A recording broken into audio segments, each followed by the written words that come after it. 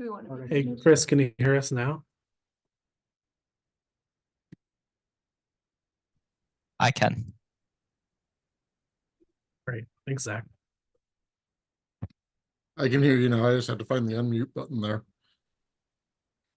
Oh, that. We have. Yeah. I'm gonna try to make it come out of the owl. I think it's fine. We can hear them really well.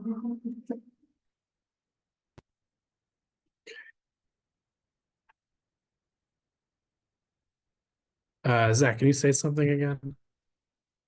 Just to test Hi. it out. Okay. Yeah, that's better. Better? Better. Cool. So I'll Awesome. bring the video up there, and then when you get a sec, you can share screen. But agenda, or do you want me to share? yeah, sure.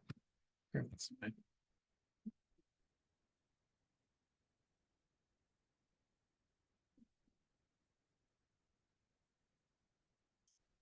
Do we have two Christophers or is it just my impression? One is an attendee, one is a panelist. I just see Maybe one. between two. I just see one panelist. I promoted him, and I think everyone else as an attendee is not a member. So I think they're good. Awesome. Yeah. Awesome. Well, thank you for joining. This is the Pedestrian Transit Advisory Board meeting for May. We have lots of new people. We're very excited to have you all. We're gonna do some just some procedural business first. Quick roll call with everybody. Ted Alexander here. Jeannie Albertson. I don't see her on. Hey Laura, can you hear us? Yeah, I can hear you. Oh, okay, perfect. Caroline Bolechat? Not here. Meredith Brown? Does not. Laura Evans? Here. Christopher Ferry? Here, Vito Pamplona? Myself? Zach Rosenberg? Here. Alessandra Sider is out this month. Carol Fogers? Here. And we're gonna have several new members, so we're gonna ask you to briefly introduce yourself. If you have been here before, you know more or less the drill. We're gonna have a discussion about 20 minutes later on what interests you on PTAC. So for now, just say your name, your ward, and you know what brings you here today. If there is anything interesting that you want to say right now. Let's go over there. Sure. My name is Tim Gilman. I work at the MDPA as a performance management analyst, analyzing ridership data for the most part. And I lived in Somerville for like 15 years. I heard about this committee having some open spots, and I thought it sounded like an interesting opportunity to sort of participate in this sort of thing.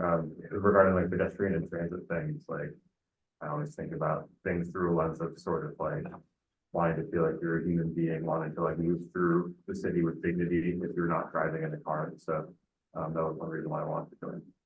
Nice. Hi, I'm Sotoko. I live in East Somerville and I work in Cambridge and I just walk everywhere and almost get hit by cars a lot, even though I'm a very safe pedestrian. Nice to meet everyone. Hey, I'm Preston Gutilius. I'm a resident of Ward 5.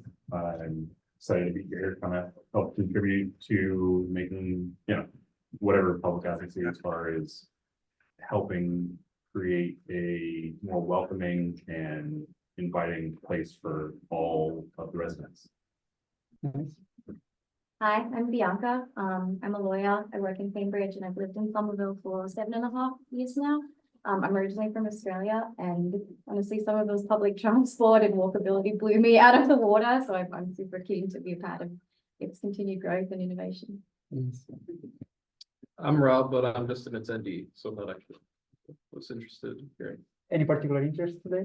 Just kind of actually like the timelines, maybe if it, like things go forward. Nice. That's particularly interesting. And Barbara? I'm Barbara Myers. I have only lived in Somerville for 3 years, but with my husband and son and his wife, we bought a house. And if we ever get our building permit, we're gonna renovate and live together, so I expect to be here for whatever time I have left. My primary interest is, my husband and I made a commitment, we don't have a car, we walk or take the T, and that's our life. I'm concerned with safety. I am, some of you may have seen me in crosswalks yelling at drivers. I do that, and I thought maybe it was time to see if there was anything I could do.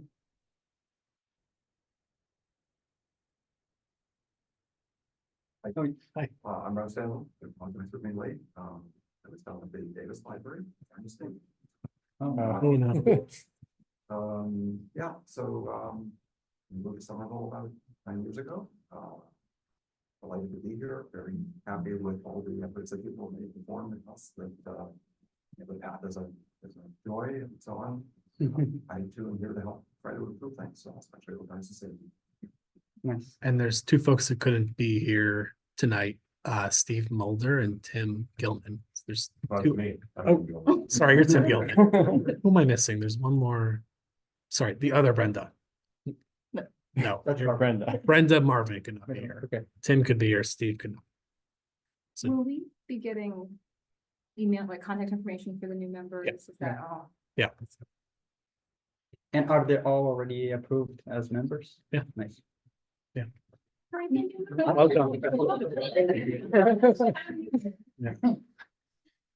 so there's 18 total committee members on the roster, right? Nice. Yeah. And online, we have a few attendees. You guys want to give them rights? Yeah, one by one? please let Yeah. us know which one, but, and then we can Let's go do through. N and C first. I'm happy to do. Okay. And should be, I just need to unmute now. And you should be able to unmute yourself. And Yeah, I have, there you go. it's time to speak? Okay. Yeah, just- say Um, your word and- I just, I'm not a pedestrian, I'm a driver. Uh-huh. I used to be a cyclist. I just hear so much pain that pedestrians are going through. When I see a cyclist that stops at a red light, I open my window and say, thank you. Because it makes, honest to God, it makes everybody safe. I don't know, we're so confused and so, going through so much in this city with everything that's going on up on Washington Street. The sidewalks are being pulled out into the center and we're really afraid of what's going to happen. This is a cross city. We're never going to not be a cross city. And, but the pedestrians I hear, so when you have a cement block that breaks, replace it with cement. Pedestrians is a mobility. And a tree. I see all the little children walking and they're tripping over the cement. And I'm sorry to interrupt you. We're just doing introductions right now. Not public. Ah, why didn't you tell me that?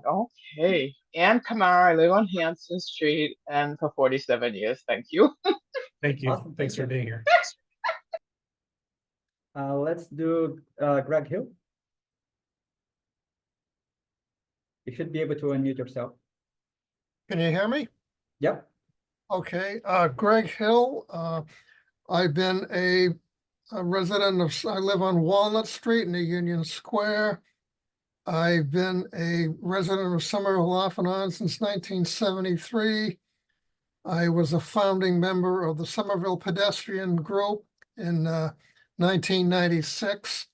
That group lasted for about 20 years.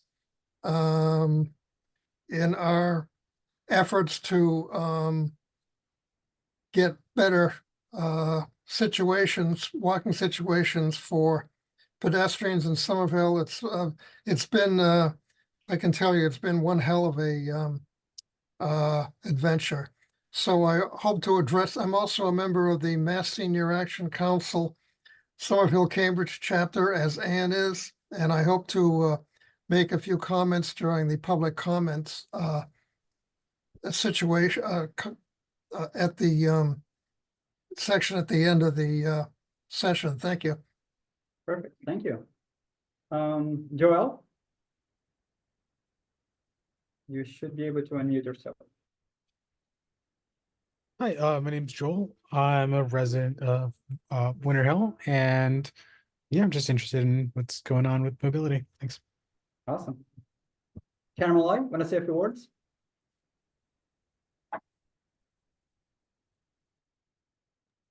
Hi, Karen Malloy. Oh, sorry. Ooh. That was my fault. Try again, Karen. Sorry. Hi. Karen, can you hear me now? Yes. Okay. So Karen Malloy, Ward 5, Somerville Alliance for Safe Streets, SAS. And I'm here to hear about the West Broadway discussion and in particular the McGrath discussion. Thanks. Awesome. And just for expectation setting for members of the public, that we're prioritizing committee input and public input as time allows. So just for expectation setting, that'll be sort of at the discretion of Victor, who's acting as our chair tonight. Awesome. Well, we can keep going because we have a packed agenda. Let's do our April minute review. Does anybody have any changes to the minutes? Anybody online? Otherwise, do we have a motion to approve? I'll make a motion to approve. I'll second. That and Carol, great. All in favor, say aye. Aye. Aye. Aye. Aye. Is anyone against it? Say no. Okay. Minutes are approved. I like things when they are easy. Subcommittee updates. Do we have, did anybody meet last?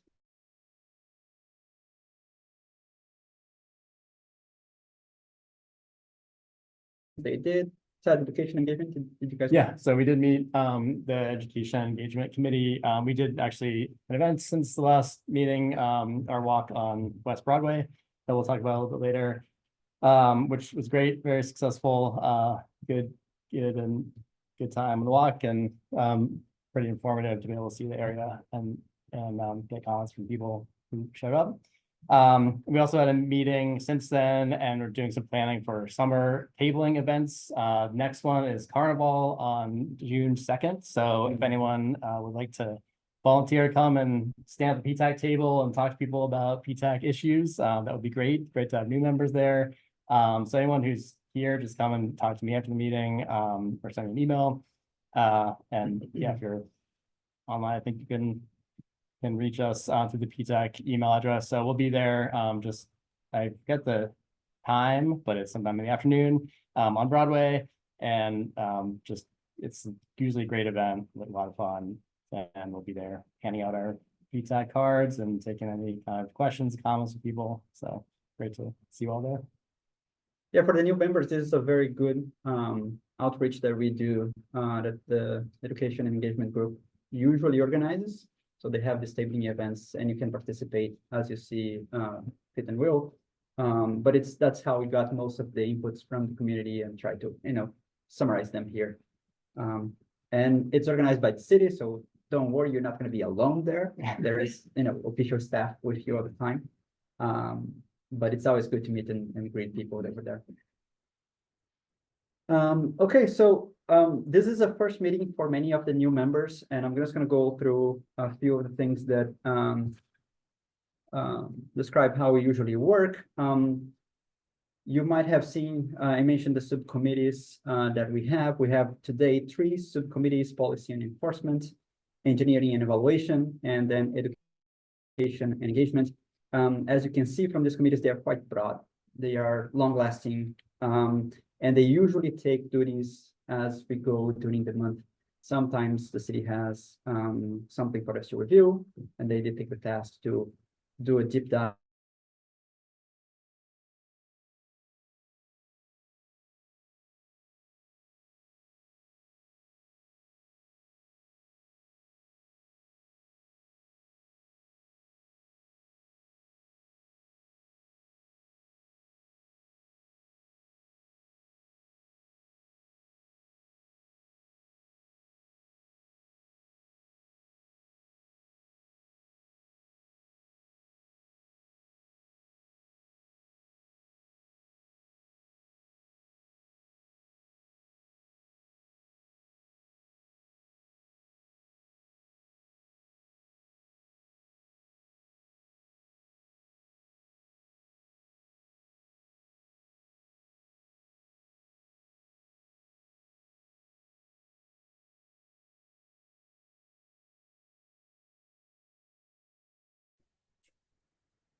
Hey folks, looks like we're having some internet issues over here. But we're gonna be back very soon. That's my computer. Just our computer.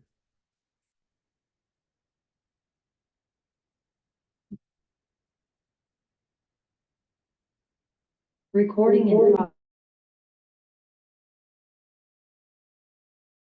And we're back. Perfect.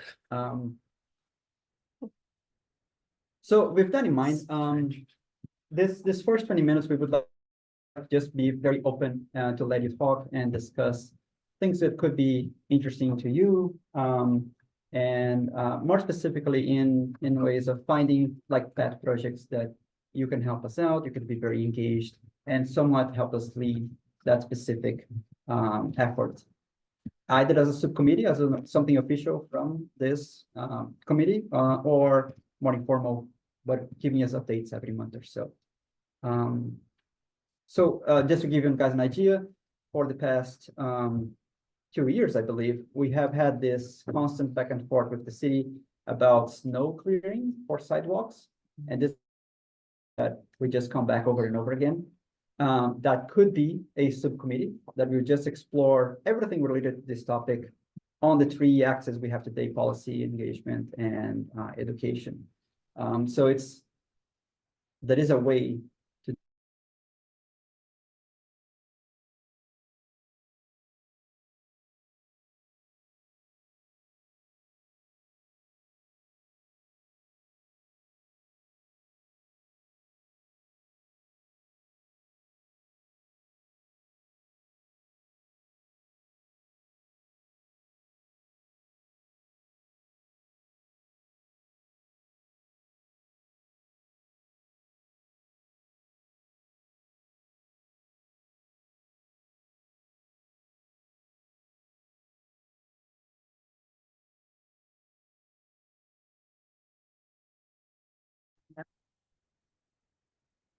But yeah, I think what we want to do is just figure out what's the variety of interests people have, and then probably we as Peter, myself, and Alessandra are the 3 kind of officers who kind of maybe take some of those topics together and see if they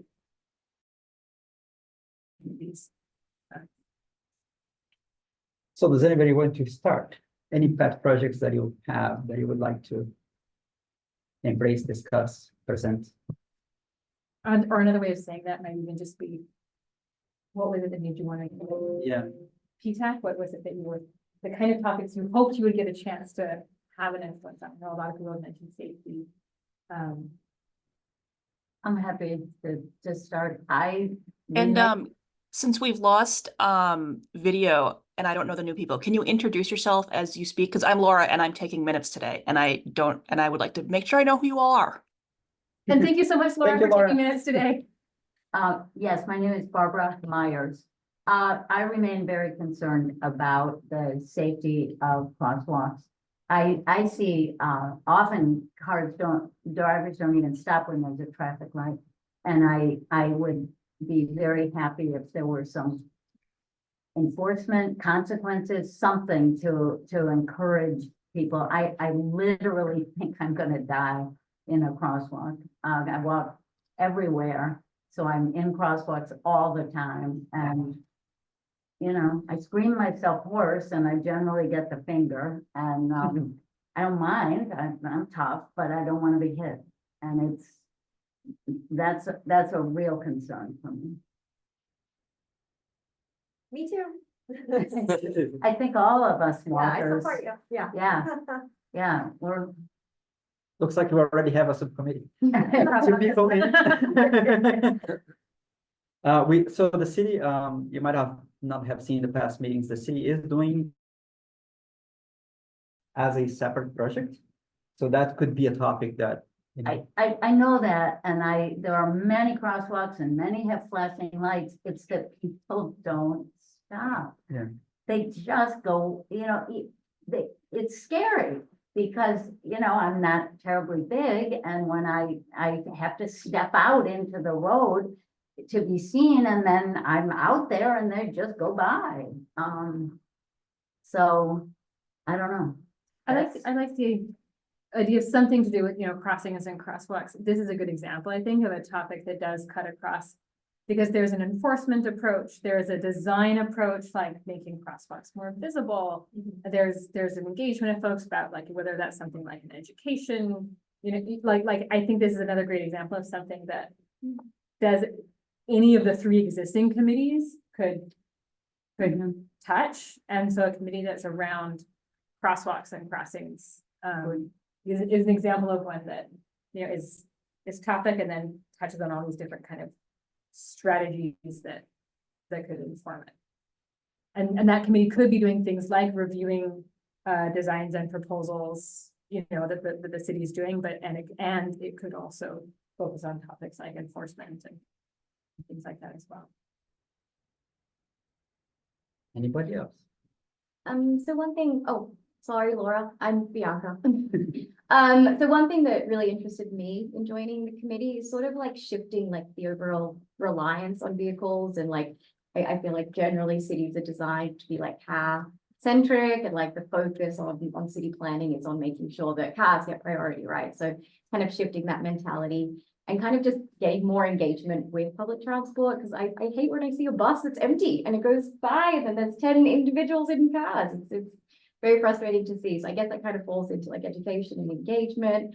But I think Somerville just organically does a good being walkable and highlighting that for people, but to see that continue, I think is something I'd be interested in. Yeah.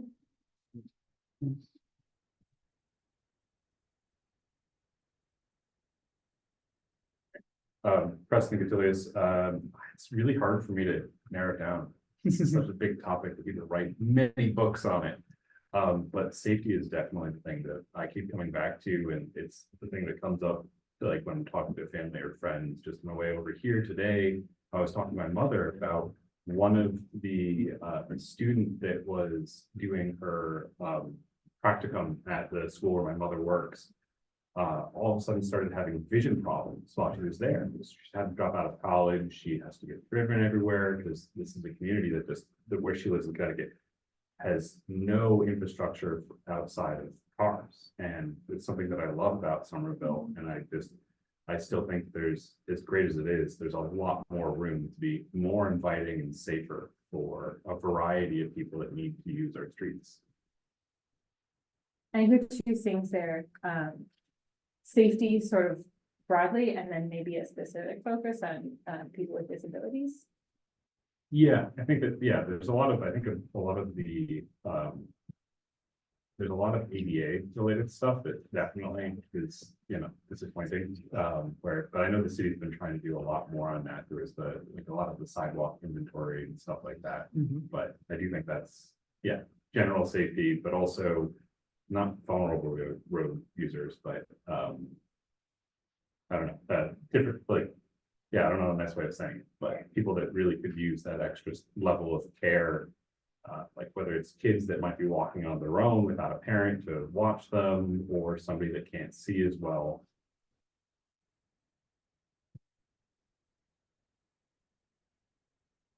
I'll throw it. My name's Tim Gilman.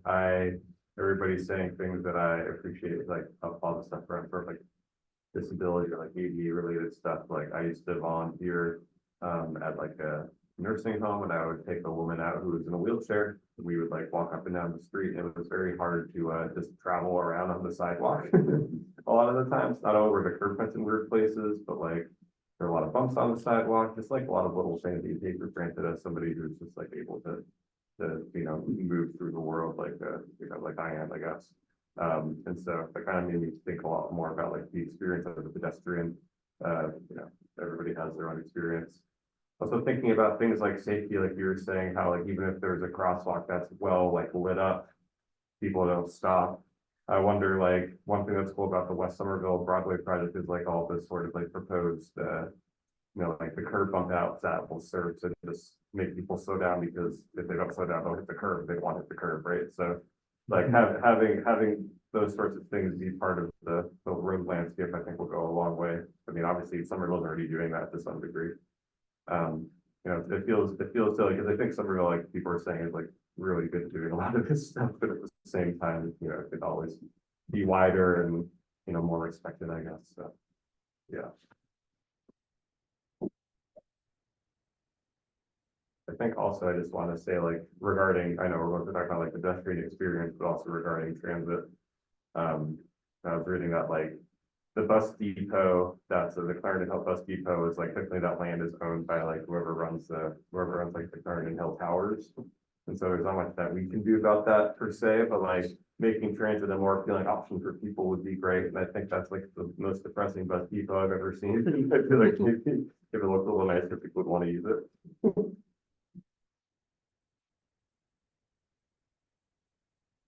And also just general things like, you know, I know we can't like make there be bus shelters everywhere, but like having it be like more appealing to like, if you do have to wait for the bus and it's raining, it's like, I don't want to be stuck in the rain, which is the case in like 99% of bus stops. And again, not fully Somerville's fault, but like more advocacy around that would be great. Hi, I'm Rob Stanzel again. So yeah, as a new person coming here, it's switching to goal-oriented committees is a little tough because it's hard to know how we would fit in our goals with things that are already being done, with kind of city-driven projects and so on. But I will throw out an idea that I gave when I interviewed, which is I happen to live on one of the neighborhoods, one of the relatively new neighborhoods that was put in a few years ago. And as I commented, it was basically they put a bunch of signs up. I recall they fixed some bumpy tree sidewalks, and that was about it. That was the end of the neighborhood. There are no crosswalks across the major streets. So, for instance, the Hudson Neighborway intersect with Wall Street. There's no crosswalk. There are crosswalks up and down, but not on the neighborhood. So I throw that out as an idea that actually having neighborhoods be distinctively better than just streets. How do you picture a neighborhood way? Like what are the activities you would like to see them? Well, just kind of at a first pass, the standard sort of things that we talk about are bump outs, street narrowing, right at the intersections. You know, I imagine from the intersection I just mentioned, there'd be crosswalks, there'd be a bit of narrowing. They actually did that. It was a little odd. During COVID, there were temporary plywood things put up, and then they disappeared after a year. Does anyone know about this? There were, Yeah. The shared streets, what was it called? Shared streets. Yeah. they were basically small horses. Yeah. And they were there for. They all got smashed by cars. Sometimes. But yeah. But yeah, so that was, it seemed to be like a quick build approach to doing that, and then it's gone. Yeah. So. Yeah, we had a lot of thoughts about shared streets and neighborhoods in the past, specifically on the pilots that the city did during COVID. And I think our conclusion back then was like, they're interesting, but we didn't get to achieve what they could be, you know?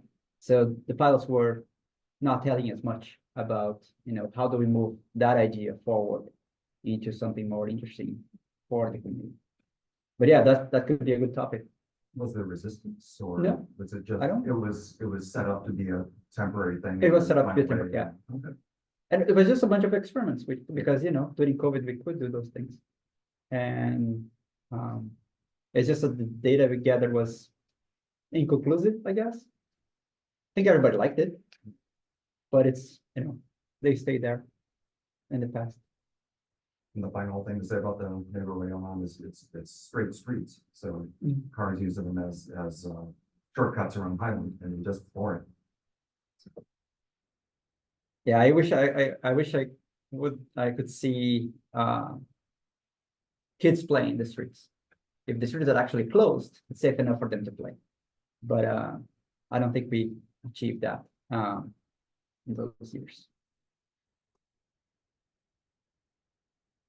Anybody else? Current members can also say things. Christopher, Zach. I'll bring up the big topic for me has been Could you bring up children in the streets? The one I bring up all the time is children's travel. Could be. I don't understand. But this relates to the idea of users with different needs and specific abilities. So I think children are one particular population. And, well, as a parent of young children, I'm particularly interested in feeling good about them navigating the city independently. Soon. I think it's one of those things that, like, if you can meet the needs of children for walking around on their own, you're probably meeting the needs of most other pedestrians. Right. Do you think some of the power of when we talk about people that have unique needs is that I think that, you know, that's true for any specific population, that once you make it better for you're probably improving things for everybody.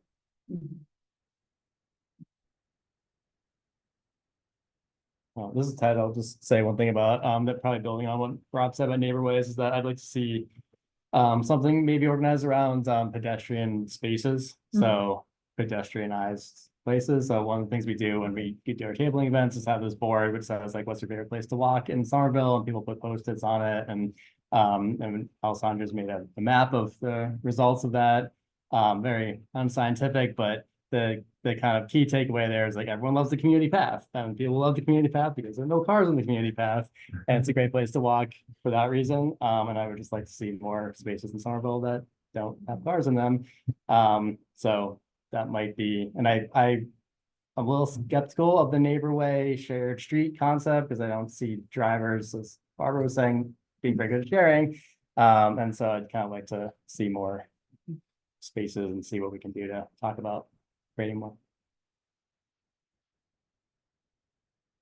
Yeah, the community path is fabulous. It's also, it's maintained. Yeah. So you don't find ice and it's smooth. I have left blood and part of a tooth on sidewalks like on Broadway. And the community path is not like that. It's lovely. I also use the Hudson neighborway a fair amount and know a lot of the things you had mentioned earlier.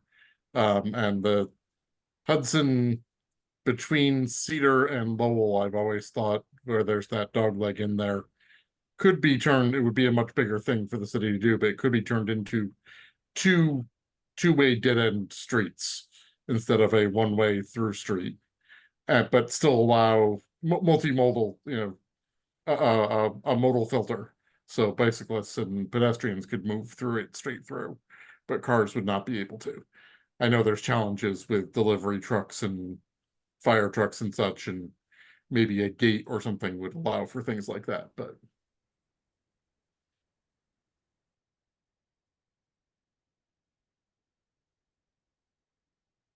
Cool. Anybody else? This has been great, folks. I think as we move along, keep thinking about those topics. We should somehow organize them into buckets of work that people can collaborate together, come in 1 or 2 meetings a month to just discuss and debate that specific issue and how to address, how to push in the city to do more, or push the state, which in some cases is what they do as well, to do more. But this is great. We can table the discussion for now. Let's move on to our West Broadway discussion. Absolutely. Thanks, Vitor. And hi, everyone. My name is Kate White. I'm both a PTAC liaison as well as, or staff liaison, as well as on the project team for West Broadway. So I'm going to provide a very brief presentation. As you might have seen in the agenda this evening, there's links to a longer form presentation. If you prefer to kind of like the project team talking you through the slide content, a 35-minute video available too that's pre-recorded. And then just the concept plans. So right now at the stage of West Broadway, we have the concept designs.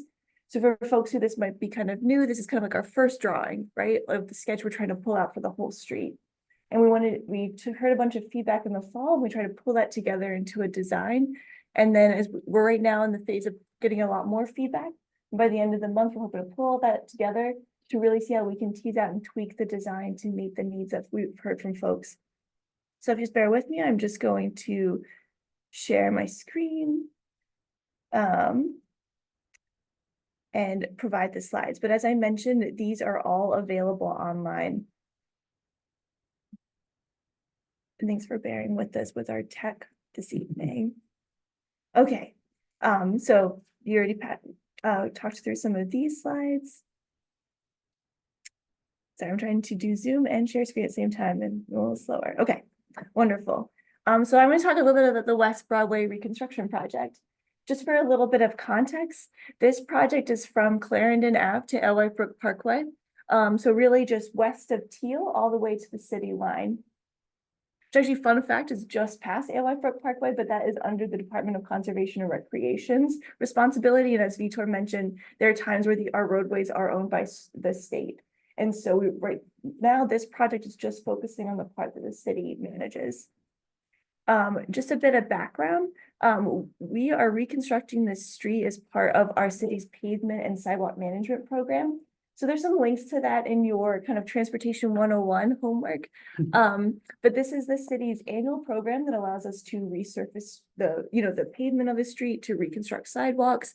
And sometimes we redo the whole street in a complete street project. Sometimes it's just the sidewalks. Sometimes we do something called a partial pave. So when you sometimes see like just the vehicle lanes paved or one half of the street. So this is our annual program that allows us to do this, but we selected West Broadway as this next section. So another note for you all is that Broadway is on the bicycle network plan. This was published last year, and Broadway has designated for one-way protected bike lanes. And then in the specific section, where our two neighborways, and thanks for bringing up the neighborways, in the plan that we published last year, as you can see Russell Road and Endicott, and kind of the other, I'm going to kind of describe the map. The map shows both Broadway as well as the intersecting streets that have been identified as neighborways, and these are to create north-south connections for folks, because we know it's not just folks driving east to west, but ways you might be traveling on bike to get north to south. There's more information available that all in your slides this evening. Just real quick, we have this kind of graphic that shows you what's included in our reconstruction projects under this maintenance program. So, that's like I mentioned, the repaving, we got opportunities for new crosswalks, new trees, or we have the definitely, which is always included. Your could be, which is, installing traffic calming, which includes speed humps, there's chicanes or curb extensions, looking sometimes at like ways that we can manage our storm water and increase landscaping zones and changes to bus stops. Really just want to note that this work never really includes substantial utility work. So some of the things you might have seen kind of in the Spring Hill neighborhood more recently, where we're really redoing all of the sewer.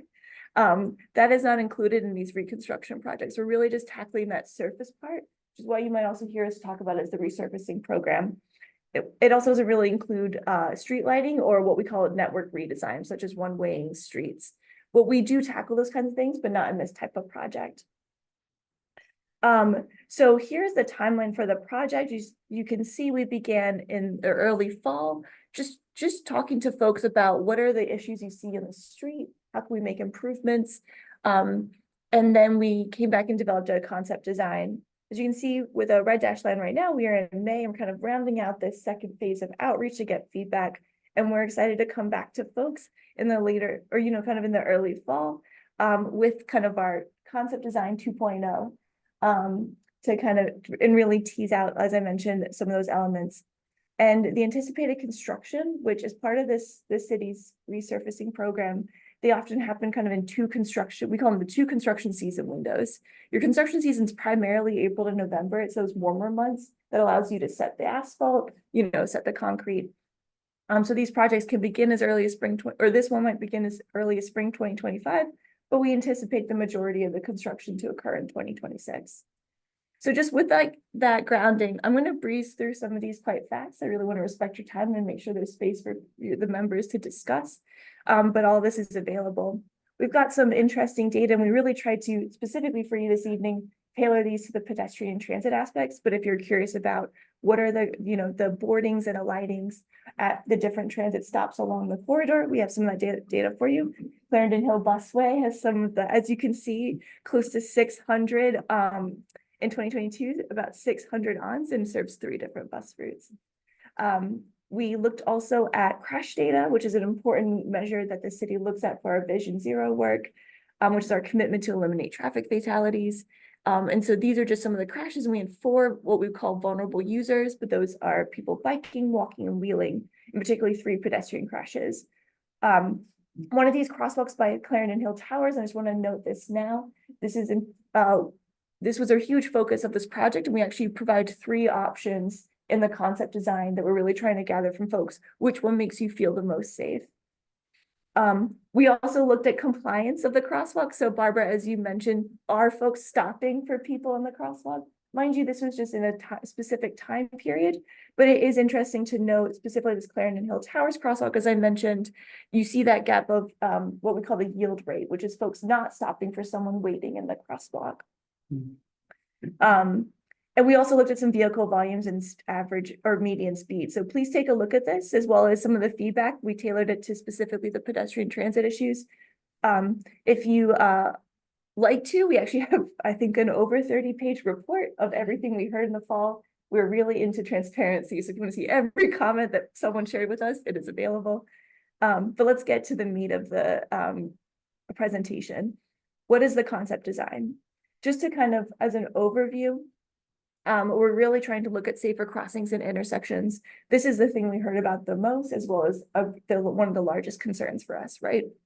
And where we see the highest amounts of conflicts. So we try to shorten the crossing distance so that there's less space that someone has to, travel across the street, as what Broadway is quite wide. We raise many of them. Again, that kind of creates that bump for folks driving to help give priority to folks walking and wheeling. And we looked at adding new crosswalks. We are proposing floating bus stops. If you're not familiar with that term, that floating bus stop is when we push out the sidewalk so that the bus doesn't have to pull out of the vehicle lane and then pull back in, which can often cause some delay.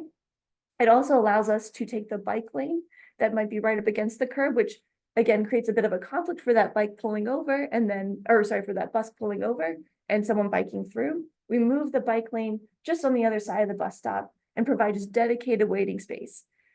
That's also nice if like if you're waiting for the bus and then there's also high pedestrian traffic, you're not in anyone's way. There's special space for you. And then we also looked at moving some of the stops around as they were quite close, which again can create some delay. We proposed protected bike lanes in both directions. We've got a lot of community feedback around that, and really just folks wanting to get to destinations all along the corridor. And looked at, instead of using some of those plastic flex posts, as you might see in some of our other projects, using precast concrete curb, which is, how sometimes you're in a parking lot and there's that concrete stop to stop you from moving over. It's putting that, but right in the kind of buffer space between the bike and the bike lane and the travel lane. You'll be able to see some of those examples on our Western Washington Street project in between Union Square and Beacon right now, or when it's constructed. We are proposing to have one side of on-street parking, and then looking for new spaces for street beautification and amenities. So that's just at a very high level. Please time check me if I'm going over, both Vitor and Justin. Just real quick, these are the existing conditions. Moving from west to east, you'll see that we've got kind of 3 options from that Clarendon Hill crosswalk. So we're really looking for the committee to provide feedback, as well as we're doing a lot of on the ground street outreach specifically to Clarendon Hill Towers residents.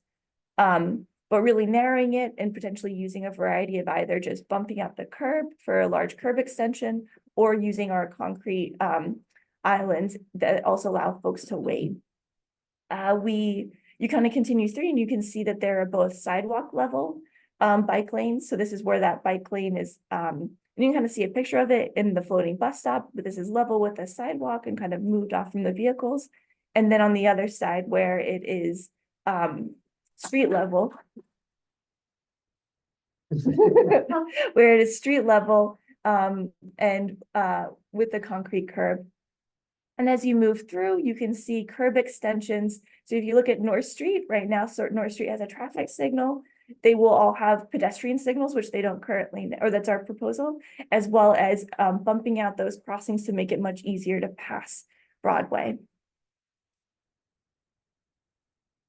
As we continue east, we again kind of continue with the sidewalk level and street level bike lanes. I want to specifically highlight the floating bus stop at Belknap and Garrison. And again, where we tried to narrow, we heard a lot of concerns around this crosswalk. Right now, there's a tool called an impact recovery system. You might see those. It's a little sign in the middle of the crosswalk on kind of a rubber base that says yield to pedestrians. And it often gets hit and moved around. And so we're really looking like, let's narrow it up. We have 3 different options for those neighborways connections. So again, we know high pedestrian use and also high potential use of people biking. And so really looking at which ways make people feel safer, especially in the middle of this segment of the street, as well as provide opportunities for people biking kind of in that north-south direction. And lastly, as we approach Teal Square, continue with, and as you can see too, where there's sidewalk level bike lanes, you can see that sidewalk curve, it's really pushed out. So where Broadway right now is again quite a wide stretch, really hoping to narrow it up and reduce the vehicle speeds. We've moved some of the bus stops, as you can see, the one that was right next to Curtis Street, or we proposed to move. We now want to combine it with the one that was at Dixon Street to a new raised or floating bus stop at Hill, but keeping the pair at Weston. So that was very quick. I just want to show this photo visual if it's a little bit easier instead of not aerial. But you can see the sidewalk level. This is right by the Veterans Memorial. And then by the Clarendon Busway, you can see the street level bike lane, that narrowed crosswalk with a curb extension, the floating bus up below that beautiful big tree. So just a few next steps. As I mentioned, we're collecting feedback till May. We really want to give you time and space to talk as a committee today, and appreciate PTAC also hosting the walk where our team could join. We're going to pull all that together, both produce a report, but incorporate it back into design, anticipated updated design in September. I'll pause there and Nice. yeah. So I think the important part here is that we would like to write a letter to the city on the things we like and we don't like about the project, and just make it official as a recommendation from the committee.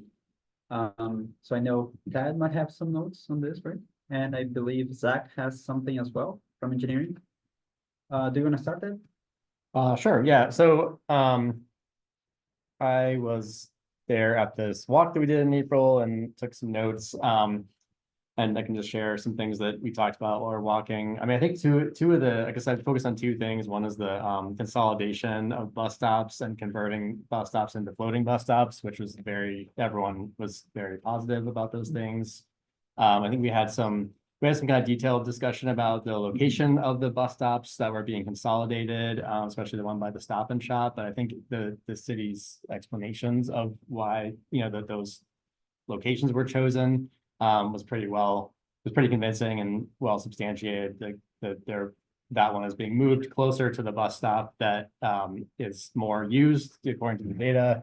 And just anyway, having consolidated fewer bus stops makes the buses run faster, and having floating bus stops makes them safer, and we liked all that. There was a lot of discussion about the block between Is it the neighborways one? the one with the raised block. Sorry, I won't go right back. So it's like the streets are like different names on each side of Yeah. Broadway. They don't quite line up. They're slightly offset. But yeah, so between Watson and Farragut, I guess, there are these 3 concepts. So, one is 2 raised intersections, where the whole kind of area around the intersection is raised, but in 2 different spots at the 2 separate intersections. And then the other one, the middle one, is crosswalks are raised, and the third one is the whole block between those 2 streets is raised compared to the the rest of the street. So I think a lot of people liked sort of from a aesthetic perspective or from the idea of kind of trying something new and different, liked the third one there, the raised block. But there was from a safe, I think people were skeptical that it would slow cars down. And so the other two have, you know, you're gonna be, especially the raised crossings, like cars have to go over a bump and then, you know, go for a block and then go over another bump. It seems the case for that slowing cars down seemed clearer.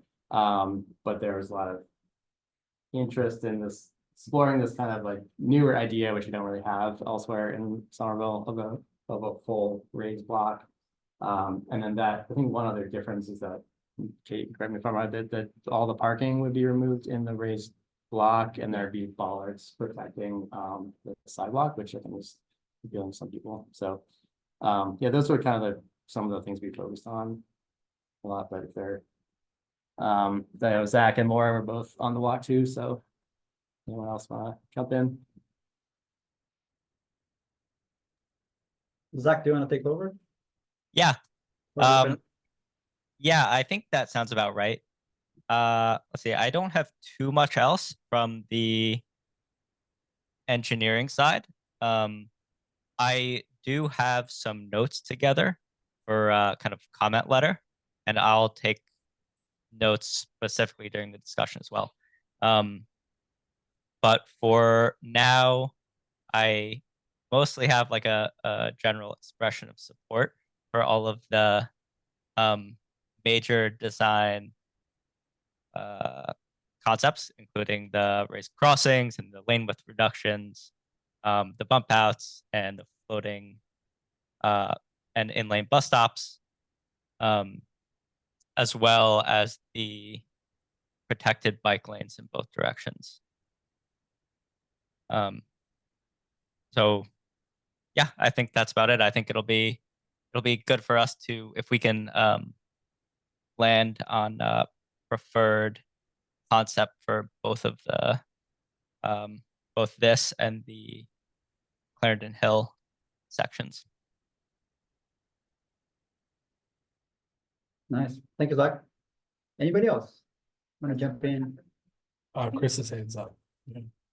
Chris, go ahead. Ginny's not here to share, so I feel like from education and enforcement, we didn't actually meet and talk about this, but I know she would have brought up concerns over the floating bus stops and the sidewalk level bikeway. Just making sure when we're looking at traffic calming, maybe taking a look at some traffic calming for the actual bike lane as well, or some sort of textured surfaces for the visually impaired to know when they're moving from what is space reserved for pedestrians to space that is shared with bicycles, and either notations or probably better texture. So when a bicyclist is coming up, knowing that they're coming up on one of those floating spaces, just a haptic feedback to pay a little bit more attention and maybe slow down to, you know, so we don't have bicycle pedestrian conflicts.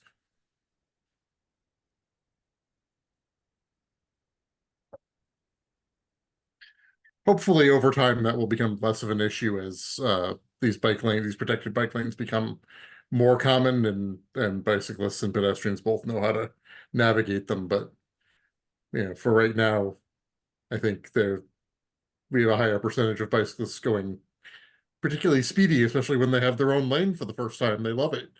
But So that'll be a texture on the bike lane. that was my thought. I don't know if there's, you know, I imagine there's probably some literature somewhere out there for options, but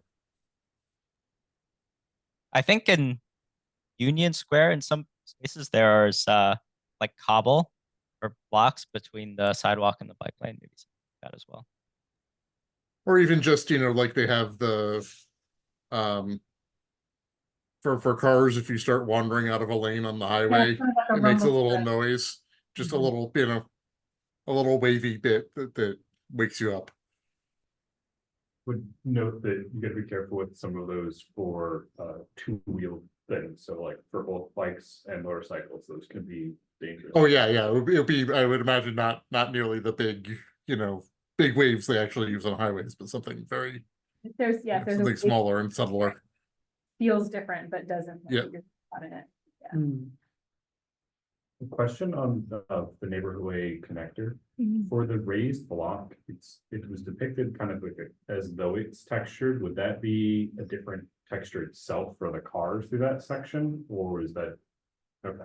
Oh, yeah. So Vito, you want me to answer close? Okay, cool. Yes, we are proposing that it would be, we're not sure what texture it would be yet. Whether it would be stamped asphalt or are there, I think sometimes there are opportunities for pavers, but the pavers can also be tricky for maintenance. We're just trying to understand what could make sense, but yes, that it would be very clear visually as well as tactile. You would be able to feel it as you're driving in the vehicle. So both like a visual and tactile control. But we haven't determined yet what that would be.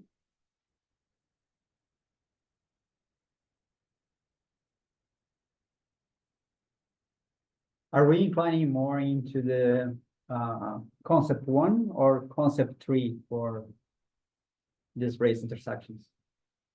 Do we split them up or just one whole block?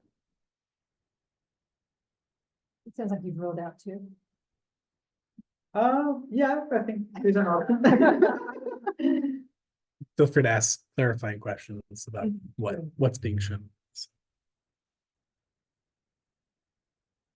I don't really know like the data around like the advantages of like the 2 raised intersections versus the 1 raised block. I kind of get the feeling like the 2 raised intersections might be better at traffic calming than this 1 raised block, but not knowing much about how the raised block works, I could be wrong about that, but just like the sort of like up and down would make me more alert as a driver, I guess, versus like not knowing what, I mean, I don't really know, but I just feel like it might be a little more like incentive to slow down.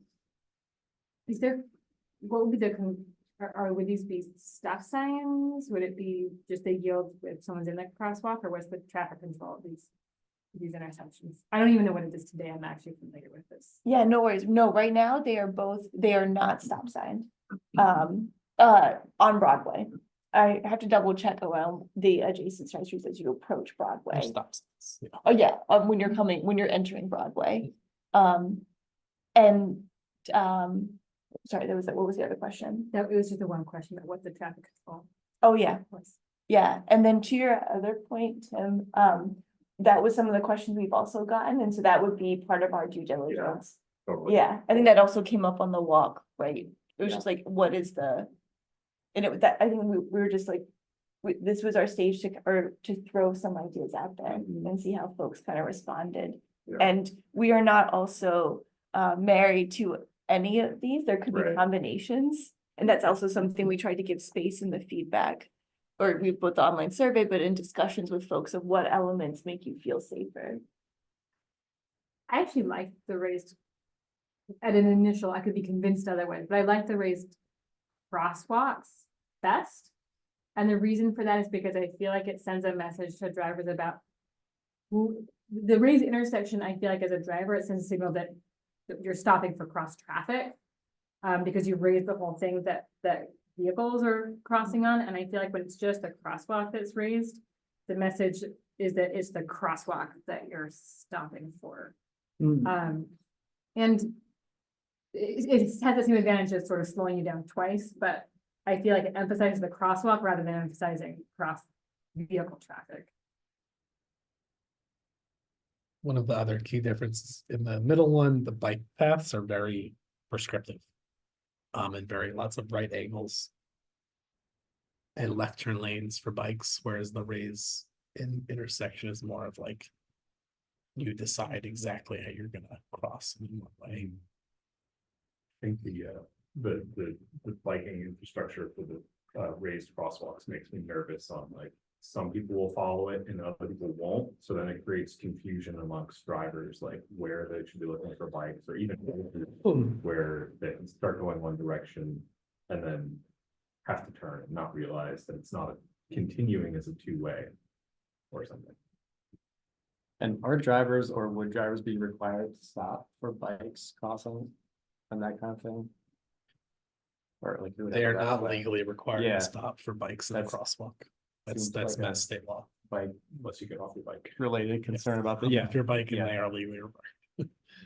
But what the second one reminds me of is that like, on the community path by the high school, it has that place where where the community path crosses. So like Zanford Street. Yeah. Yeah. It has that, and we're seeing, it also reminds me of like on School Street where there's that brief two-way. So we're starting to, I think cyclists are starting to get used to that type of,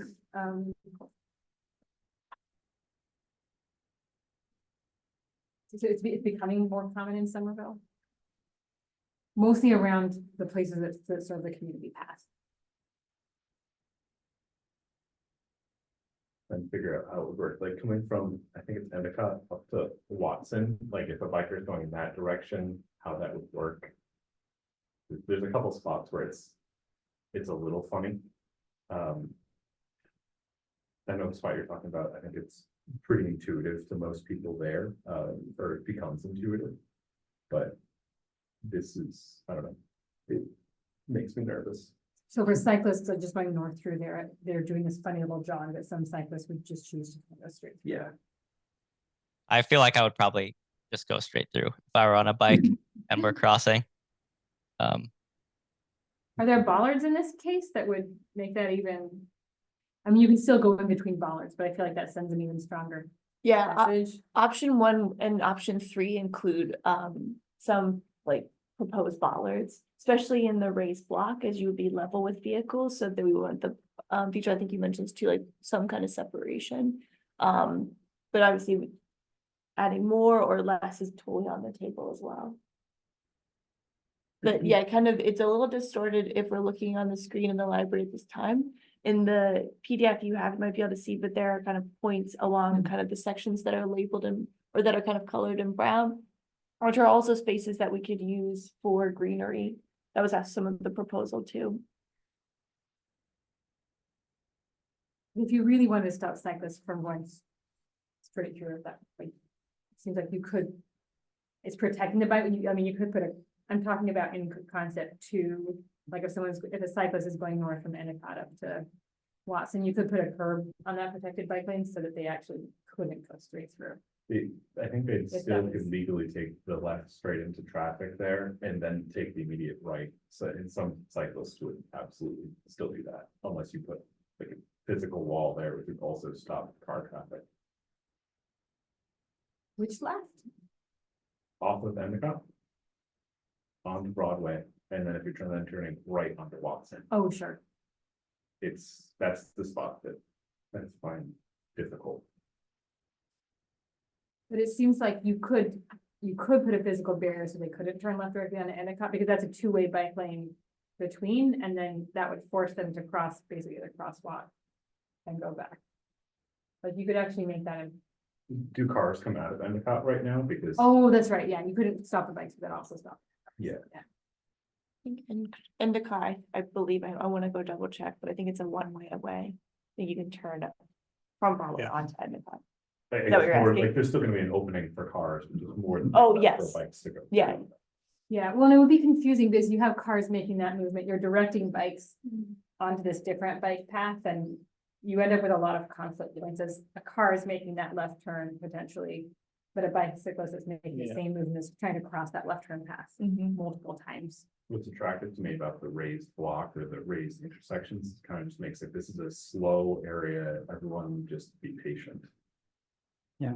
I don't know if there's a way to do like concept 2, but still texture in those regions. Something that kind of still indicates like this is a space where you need to negotiate with the other road users. Just, yeah, I don't know how to express this in the comment letter, but one thing I've noticed from all the, speed hump installations across Somerville, which are great and made a big difference, is that it really makes a difference exactly how high they are. Because some of them like just aren't high enough to be effective. So I think that, I mean, maybe we can, if there's a way to put that in the letter, that when we're looking at changes of, elevation on the street to slow cars down, we should just make sure that they're big enough to do that job. And Morrison, near where we currently live, they're big. I mean, we. Yeah, so yeah. People either slow down or we hear the bottom of the car, so that's a good height to look at. Yeah, we could put that as an example. Yeah, yeah.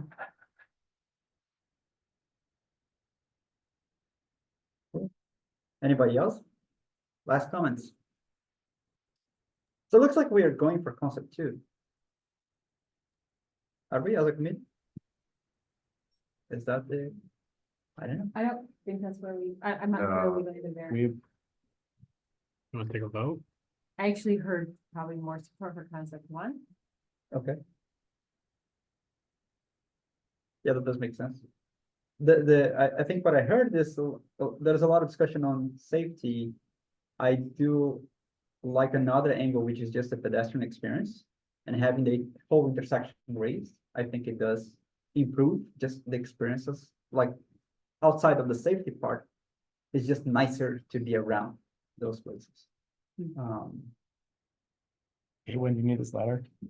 Well, I mean, first off, Interesting. we appreciate the discussion. So the letter is always really great, but we're gonna take all this feedback anyway. So if you need more time to like marinate on the letter and come back, especially because we kind of know the direction you might be going.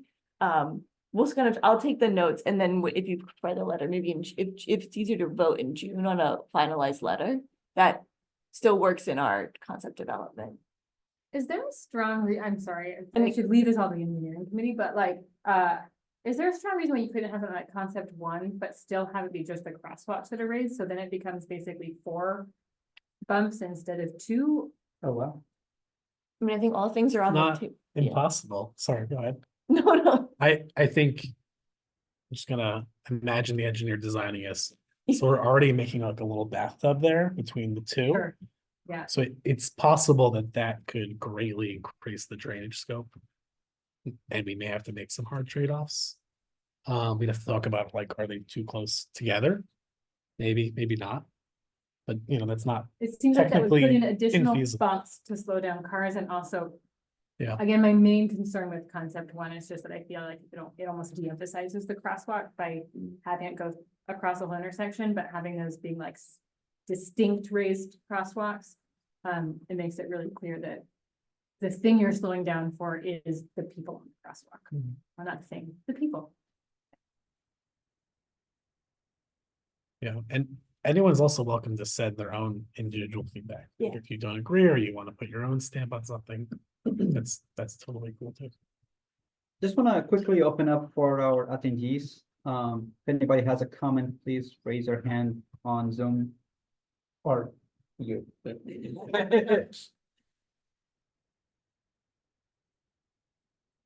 No hands raised. Vitor, if it's okay to offer to if you prefer to just continue to talk with the project team as you digest some of this, we also have we're gonna post on the website, but we'll have a virtual office hour on May 30th. So you just want to ask your questions one-on-one. We've been doing some street outreach too, but we're just rounding that out. But there's a lot in here. So if you just need time, we'll post that all on the website in the next probably in the early next week. But it's May 30th from 5:30 to 6:30. Just hop on a Zoom call, and all 3 of us as a project team will be there. Joel has a hand raised. Joel, can you unmute yourself? I think so. Hey. Yeah. Hey, I hear the safety argument for concept 2. Concept 3 just looked really nice, and I think especially if you're using those neighbor ways for biking, it kind of like visually shows you, oh, this is the way to continue on the path. And all for the cost of just 1 parking spot. I think it really depends on how good the textured surface is at slowing the cars, right? And so I think that would be the major factor in if this is actually a viable thing. The other thing would be the delineation between the sidewalk level bike lanes and the actual sidewalk, because there has been a couple times at Union where I'm biking through and people are just staring at their phones and wandering into the bike lane, and I have to brake last second. So just a clear delineation, whether it's like cobbles or just extra bike racks or something, or, green paint the whole way is, I know, not common here, but something to better delineate the bike lane to just people walking so they don't accidentally wander onto there.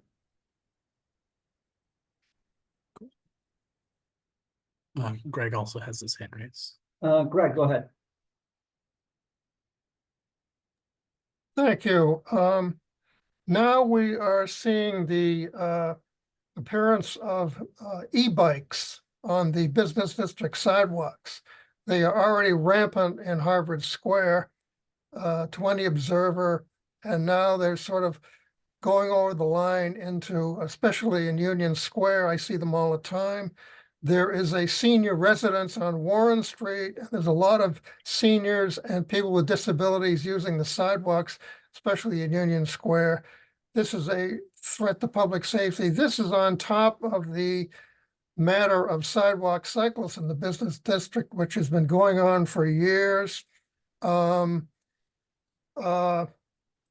with the past administration, the Board of Aldermen, before the city council, put many board orders to the administration to conduct a public education campaign for cyclists about their rights and responsibilities, especially focusing on sidewalk cycling. But it never happened, despite many board orders. Our Somerville Pedestrian Group had been, working on this since 1996 with the evolution of sidewalk cyclists. I personally don't consider myself anti-bike, but I am pro-pedestrian. And in my other dealings with City Hall, unfortunately, it leaves me feeling pretty cynical because a former bike and pedestrian coordinator told me to seek professional help. An official of the bike committee told me that to quit whining about sidewalk cyclists. I believe somebody like that, a cynical, irresponsible comment like that, that person has no business being on the bike committee. I have accumulated a number of, I have a compilation of, videos of sidewalk cyclists. Greg, can I just ask you to keep your comments on the topic for West Broadway redesign? I thought we were dealing with public comments. Vitor invited public comment on the agenda item that we're on. So we're gonna just keep it to West Broadway if you don't mind. When do we talk about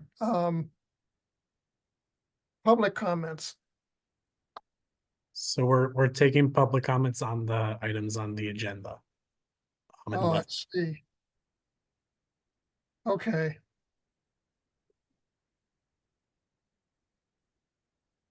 But thank you for the comment. This is Greg, right? Yeah. Yeah. And also has her hand up. If you want to write it over to us, we're happy to read you on your email as well, because it might help us drive the next month's agenda. So if you don't mind just writing us up, that would be great. And let's see. I think Hi. Go ahead. Now it's time to speak, right? So anyway, all right, so I will put this on Broadway, but it's still the same issue. So first of all, I do not think that hard top should be used anywhere in the city, except maybe streets. Please don't make the bike path hard top. It's hot and it's bumpy and it's not good. Cement is much better for the cyclists. Also, we need more bike lights to make sure that all the lights, you put those little red and green bike lights, very important for the cyclists to have a little extra time to leave. And, when you make these new paths for a driver, most of the time there's like one or two rubber posts that is too many, or the cement just goes a little too far that when you turn right, you end up going in the oncoming traffic. So make sure of that. That's really dangerous for everybody. And as far as the cyclists, I don't know how you control that, because having cyclists on the sidewalks driving very dangerous. So this is all pertains to Broadway too. I know we're talking, Greg was talking about other areas, but this pertains to Broadway too. But don't do cement, extra lights for the cyclists, and no hard top. The meters, the hydrants, when a cement square breaks, they put hard top and it's bumpy for people with wheelchairs, canes. I use a cane.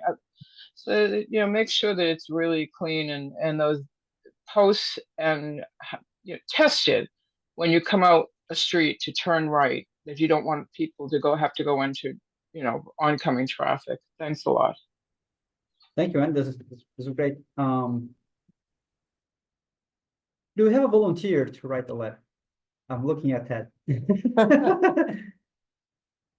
Well, I feel like we haven't decided on the options we prefer, Yeah. right? So, But I think we could have like maybe a draft for next meeting, and then we can bring it up for a vote.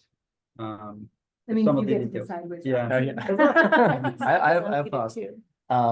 Well, Zach, I see Zach is smiling, so.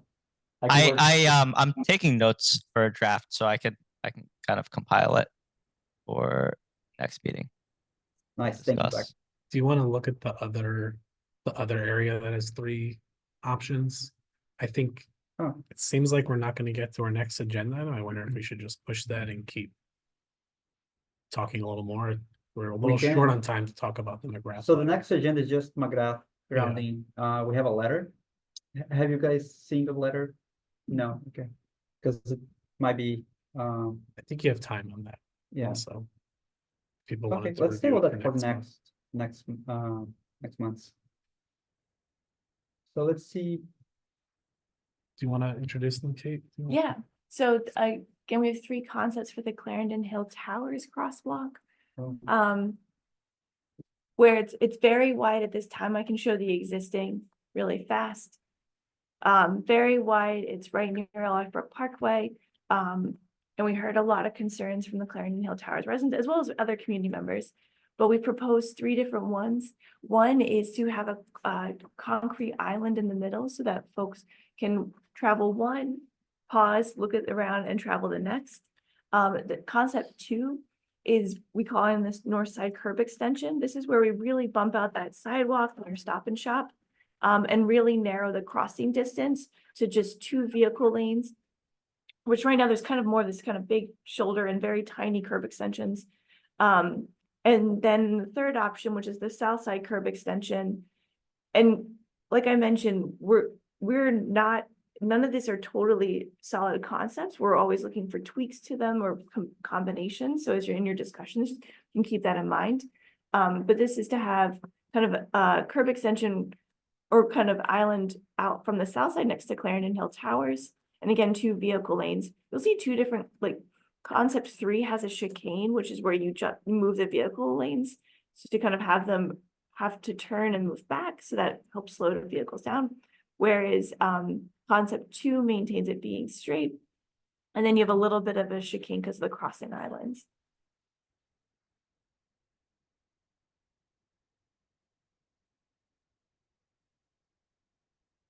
And just for reference, Stop and Shop is on the other side, right?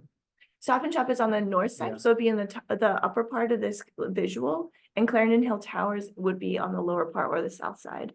I can kind of show, there's some labels, but it might be a little bit easier in the existing. So you can see the Stop and Shop parking lot right there, and Clarendon Hill Towers driveway and the busway there. And I suppose the utilization of this specific crosswalk is high because of that. Yeah, we can, I don't have the exact numbers. I don't think that's in the data that I included, but yes, and especially because it's the one crossing kind of there, we just know there's like a lot of pedestrian traffic, but I think in particular that I'll say from the city's perspective, I'm very mindful of Preston, I think you're trying to find like a term to kind of describe this, but the very high vulnerability of some of the residents that live at Clarendon Hill Towers. There's a very high proportion of people with disabilities, specifically also visual impairments, but also mobility impairments as they've described to us. And a high amount of families who use this crossing for a variety of reasons, not only to get to Stop and Shop, but some folks you might use instead of traveling down to North Street and using where it's signalized.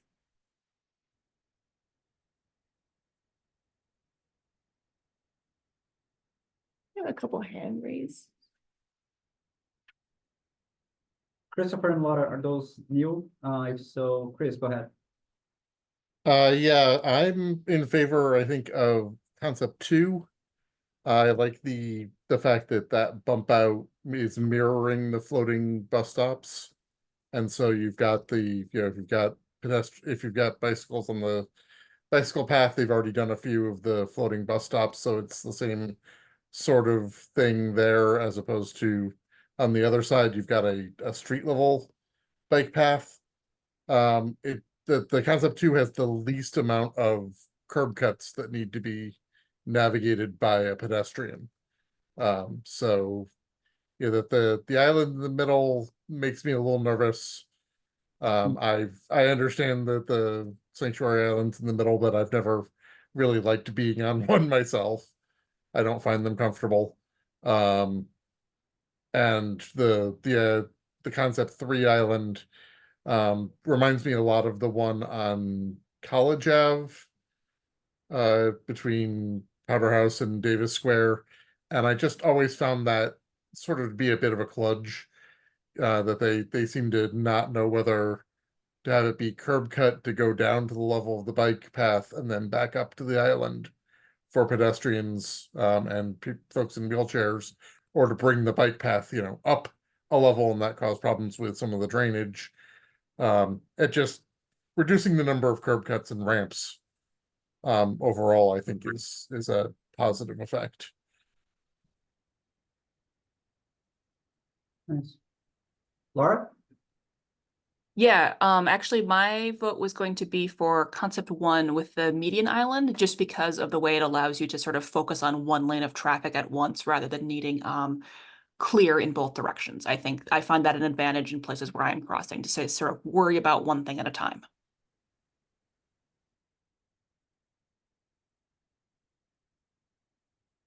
Oh, and one other thing I did want to put in, I was sort of disappointed to see the rectangular rapid flashing beacon. I'm not a big fan of hawks or those beacons. I would rather have hit a button and actually get a stoplight, which I know that may be not possible, but I think those lights tend to confuse drivers, that they're looking at the light and not looking at pedestrians, or they think, well, they can go sometimes with the light and sometimes not. I also think this is a weird place because it's so close to the intersection at 16. I definitely have noticed cases where I've been riding in a car, waiting, sort of coming from Arlington and being confused which lights I'm supposed to be looking at. Because of the way the flashing lights are, the way the hill goes up, they're higher, and so they're easier to maybe see than the street level lights at the intersection with 16 proper. It's a strange, bad bit of road in general. Vitor, if I could add one thing, thank you for the comments and bring up the signals, because that reminded me that I forgot to describe one component, which is as Laura's describing right now, there's that really high flashing crosswalk sign. We are proposing to standard, as someone else said, rapid rectangular flashing beacons. But you might see some of those are kind of the flashing crosswalk signs you see in like Union Square and some of our other locations. That would be, right now there are no button activation at the flashing crosswalks, and we are proposing to have button activation. So those are what we're proposing at this time. Is it like there's one at Davis? Yeah. Is that what? By Holland, Yeah, Holland Street, and by yeah, when you yeah. enter the train station, yeah, just like that. Yeah, I actually rather like them. I don't know if they work, but they give me a little confidence. But thanks for the reminder. I forgot to describe that in all of these 3 concepts, we're proposing that, but are looking for feedback. One thing regarding concept 1, I definitely prefer concept 1 and 3 to do the jog or chicane. I think that does slow down most drivers. But with concept 1, I know I've seen large delivery trucks taking the left out of a Stop and Shop lot. So I don't know if they'd be able to still make that turn. I don't know if they're even supposed to take that left, but they do right now, at least. Yeah. They are not restricted from taking that left. They're actually, trucks are not allowed on the Electric Parkway, So which, they have to go in and out on Broadway. yeah.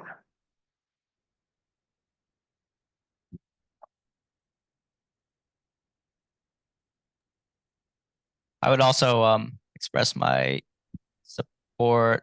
I think I would prefer concept 1, but either 1 or 3 because of the chicanes and the horizontal movement.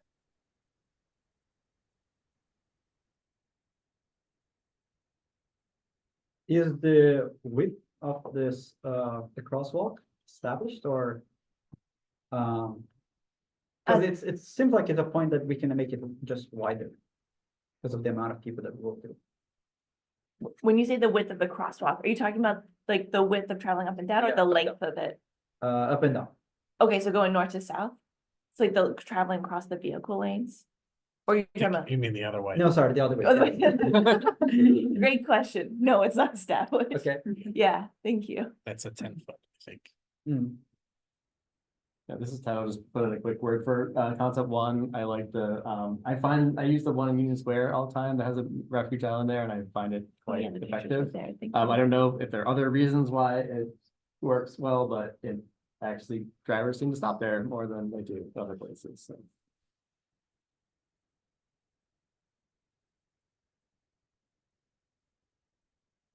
Seems like we have an overall preference for concept 1. 1 or 3, but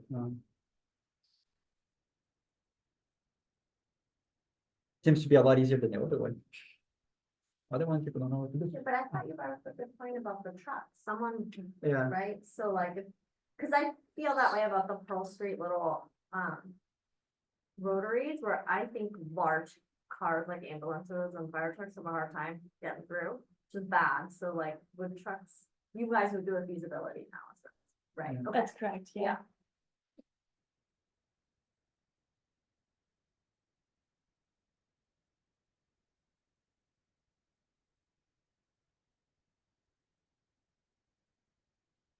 Anybody else? Anybody online? Karen's hands I up. like the island. It's, if you're not a fast walker, it's nice to not have to watch 4 lanes. Should I unmute Karen? Yes. I'll- I'll- Karen, go ahead. Hi, I use this intersection sometimes to go to the Stop and Shop, so, I'm, not that my vote counts here, but I like option 1. And, because I'm usually carrying groceries, so, you're talking about different populations, vulnerability and, wheeling and whatnot, but also people, carrying groceries, it's sort of like another thing altogether. And I had a question for Kate about the bus stop. I mean, I usually, obviously, I'd be going into Somerville, so I use the Clarendon Hill bus stop. But what about the moving? Why was the one on the other side of the street relocated? The one near Waterhouse on the other side of the street. You consolidated? Yes, two of so them? there are 2 there, and interestingly enough, the one that is served right by Stop and Shop, Karen, you Yeah. probably know too, is only the 87. As the other 2 turn into the busway as it's their terminus. It's probably give or take, Justin, how many feet? I mean, It's very close together, where the 2 X's are here. yeah, well, no, sorry, not the feet between the 2 stops, but in terms of there is not that many alighting or getting off the bus by the Stop and Shop, mainly because it is also the one route, whereas the other serve the 3 routes before they turn. This allowed us to do the floating bus stop, as well as only slightly more west than North Street. And so we consolidated 2 in the spacing of those. I don't have the exact number of feet off the top of my head, just I don't know if you recall. They're very close and kind of the MBTA is trying to move to a more standard space width that allows them to still travel at a reasonable rate on the route. I see. Okay, that makes sense. If I missed anything, Justin. Awesome. Thanks, everybody. This has been great. I do not want to extend too much. It's already 8 p.m. So I think we got enough notes for a little letter. Let's hope we can draft it by next meeting. For the new folks, we do have a letter on McGrath. Please read. We're gonna ask for a full vote from members, so you're gonna be signing this thing. And so just make sure you are comfortable with the whole idea that we are recommending. Other than that, I think this is all for today. Thank you so much, folks. Thank you. Thank you. Thank you.